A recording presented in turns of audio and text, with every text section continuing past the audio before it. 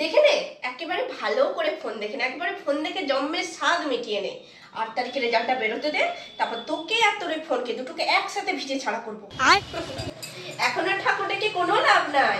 পরীক্ষার আগে আমি পই পই করে বলেছিলাম বাবু পড়তে বস পড়তে বস, তখন তো মায়ের কথা কানেই নিসনি।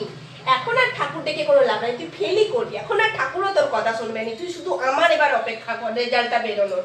শোন বাবু, আমি তোকে ভালোই ভালোই বলে রাখছি, হয় তুই 8 তারিখে ভালো রেজাল্ট নিয়ে ঘর ঢুকবি, নাহলে আমি দুটো ব্যাগই গুছিয়ে রাখবো, তোরও গুছিয়ে রাখবো আমারও গুছিয়ে রাখবো। আগে তোকে বার করে আমি তারপর নিজে বেরিয়ে যাবো। জয় বাবা বলেশ্বরীর জয়। মা গো মা গো, দেখো এইবারের মতো জানোয়ারটাকে পাস করি দাও। দেখো মা, মা আমার নাম জানো না কাটা যায় পাড়ার লোকের কাছে, এইবারের মতো পাসটা করিয়ে দাও মা। সত্যি মাঝে মধ্যে আমার বিশ্বাস হয় না যে তোর মতো একটা জানোয়ারকে আমি আমার পেটে ধরেছি। কেন কেন সামনে দুদিন বাদে, দুদিন কি আর একদিনও নাই তোর রেজাল্ট, তোর মধ্যে ন্যূনতম লজ্জা আছে, ভয় আছে রেজাল্টের? তোর রেজাল্টের চিন্তায় আমার আমার খাওয়া ঘুম উড়ে গেছে। আর তোকে দেখ নির্লজ্জের মতো ফোনটা ঘেটেই যাচ্ছে ঘেটেই যাচ্ছে ঘেটেই যাচ্ছে, দুনিয়া এদিক ওদিক হয়ে যাক, ফোন ঘাটা বন্ধ হবে না। শুভ জানোয়ার একটা। হ্যাঁ রে বাবু, তুই পাস করবি তো? তুই ফেল করে যাবি না তো? আরে মা, তুমি এত চিন্তা করো না তো। চিন্তা করবো না মানে? চিন্তা করবো না মানেটা কি?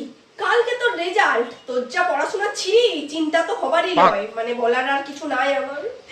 এবারটা গেলে আমি বাঁচি। পাস যদি না করেছিস, তোর একদিন কি আমার একদিন।